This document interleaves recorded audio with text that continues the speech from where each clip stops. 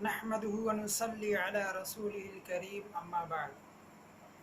میرے عزیز دوستوں اور ساتھیوں، آج کی اس ویڈیو میں سچے مہدی سے متعلق ایک لمبی حدیث پیش کروں گا، اور اس حدیث کی روشنی میں دور حاضر میں مہدی ہونے کا دعویٰ کرنے والے ملعون شخص شکیل بن حنیف کا جھوٹا اور مکار چہرہ دکھانے کی کوشش کروں گا۔ تو آئیے، ویڈیو شروع کرنے سے پہلے آپ لوگوں سے گزارش ہے کہ جن لوگوں نے ہمارے چینل کو سبسکرائب نہیں کیا ہے وہ سبسکرائب کر لیں اور ہماری ان ویڈیوز کو دوسروں تک پہنچانے میں ہماری مدد کریں۔ میرے محترم ناظرین کرام، جیسا کہ آپ حضرات کو معلوم ہے کہ نبی اکرم صلی اللہ علیہ وسلم نے قیامت کی بہت ساری نشانیاں بیان فرمائی ہیں۔ انہی نشانیوں میں سے ایک بڑی نشانی حضرت مہدی رضی اللہ تعالی عنہ کا ظاہر ہونا بھی ہے۔ اب اگر کوئی شخص یہ دعویٰ کر دے کہ میں مہدی ہوں تو اس کو کس طرح پہچانیں گے؟ تو آئیے چلتے ہیں بارگاہ نبوت میں اور جاننے کی کوشش کرتے ہیں کہ حقیقت کیا ہے۔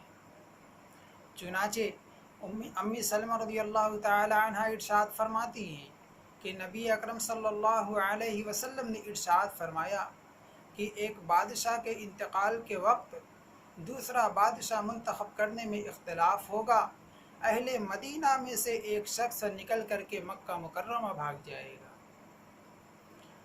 اہل مکہ میں سے کچھ لوگ انہیں پہچان کر ان کے پاس آئیں گے اور انہیں ان کے گھر سے نکال کر انہیں اپنا امیر بنانا چاہیں گے۔ وہ شخص امیر بننے کے لیے تیار نہیں ہوں گے، وہ امیر بننا نہیں چاہیں گے، لیکن لوگوں کے اصرار کرنے پر، لوگوں کے بار بار کہنے پر وہ امیر بننے پر آمادہ ہو جائیں گے۔ تو حجر اسود اور مقام ابراہیم کے درمیان خانہ کعبہ کے اندر لوگ ان سے بیعت کریں گے۔ پھر اس کے بعد ملک شام سے ایک لشکر حضرت مہدی رضی اللہ تعالی عنہ اور ان کے لشکر سے لڑنے کے لیے بھیجا جائے گا، روانہ کیا جائے گا۔ جو لشکر مکہ مکرمہ اور مدینہ منورہ کے درمیان بیدہ نامی جگہ میں دھسا دیا جائے گا۔ جب یہ بات لوگوں کو معلوم ہوگی تو ملک شام کے ابدال اور عراق کے عصائب ان کے پاس آئیں گے، حضرت مہدی رضی اللہ تعالی عنہ کے پاس آئیں گے اور ان سے بیعت ہوں گے۔ پھر قبیلہ قریش کا ایک شخص اٹھے گا جس کا ننھیال قبیلہ کلب میں ہوگا۔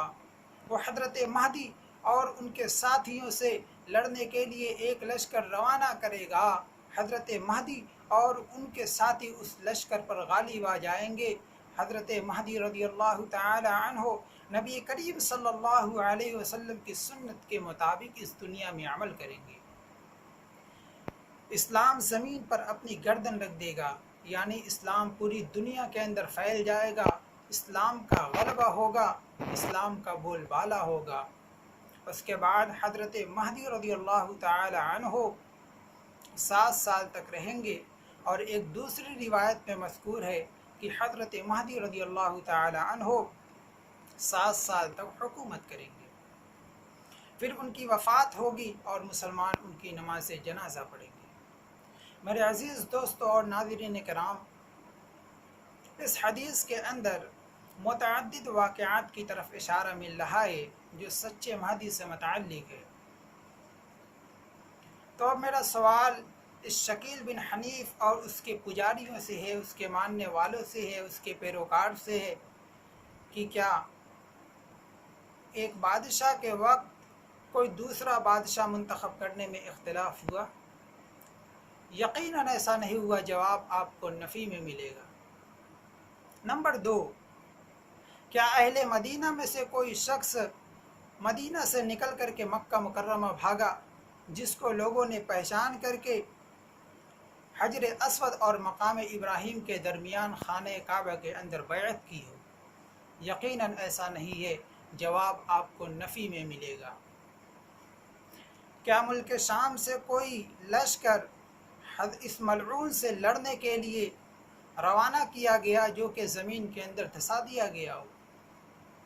اس سوال کا جواب بھی آپ کو نفی میں ملے گا۔ سوال نمبر 4، کیا ملک شام اور ملک عراق سے اولیاء اللہ کی جماعت نے آ کر اس ملعون سے بیعت کی؟ یقیناً نہیں کی۔ جواب آپ کو نفی میں ملے گا۔ کیا کلبی نامی یعنی قبیلہ قریش کا ایک شخص جس کا ننیحال قبیلہ کلب میں ہوگا، وہ کلبی نامی شخص اس ملعون سے لڑنے کے لیے کوئی لشکر روانہ کیا کہ جس لشکر پر اس ملعون کا غلبہ آ گیا ہو اور یہ اس پر فتح پا چکا ہو؟ یقیناً ایسا نہیں ہوا ہے۔ جب ان تمام واقعات میں سے ایک بھی واقعہ رونما نہیں ہوا، ایک بھی واقعہ پیش نہیں ہوا، تو آپ لوگ بتائیے کہ یہ ملعون کس طریقے سے سچا ہو سکتا ہے؟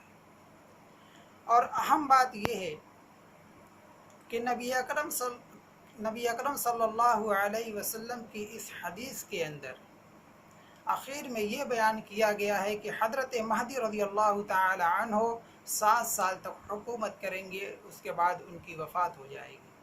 اور اس ملعون کو ہم دیکھتے ہیں کہ اس نے سن 1995 کے اندر مہدی ہونے کا دعویٰ کیا ہے، اور آج سن 2020 ہے، تو اتنا لمبا فاصلہ، یہ 25 سال کا اور 25 برس کا فاصلہ ہوا، اب تک اس کی موت واقع نہیں ہوئی۔ اس کا زندہ رہنا بھی اس کے خلاف یہ دلیل ہے کہ یہ ایک نمبر کا جھوٹ اور مکار ہے۔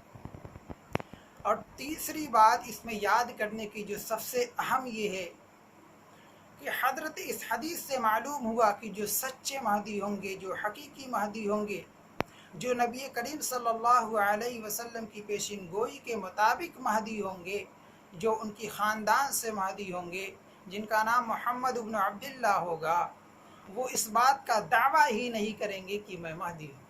تو یہاں سے ایک اصول یاد کر لیجئے کہ جو شخص یہ دعویٰ کر دے کہ میں مہدی ہوں، تو یہی دعویٰ اس شخص کے خلاف دلیل بن جاتا ہے کہ یہ شخص جھوٹا ہے۔ اس لیے کہ حدیث پاک کے اندر مذکور ہے، جو میں نے آپ لوگوں کے سامنے پیش کی، اس میں یہ ہے کہ لوگ ان کو امیر بنانا چاہیں گے اور وہ امیر بننا نہیں چاہیں گے۔ اب جو شخص مہدی ہونے کا دعویٰ کر دے تو یہ دعویٰ ہی اس کے خلاف دلیل بن جاتا ہے کہ یہ جھوٹا ہے۔ اس لیے یہ مردود دربھنگہ ضلع کے اندر پیدا ہونے والا شخص، جس کو ابھی تک سعودی جانا نصیب نہیں ہوا، یہ کس طریقے سے سچا ہو سکتا ہے؟ یقیناً یہ ایک نمبر کا جھوٹا ہے، ایک نمبر کا فراڈ ہے، دجال ہے، فریب سے کام لینے والا شخص ہے، جس نے بہت سارے مسلمانوں کو گمراہی کے دلدل میں پھنسایا ہے۔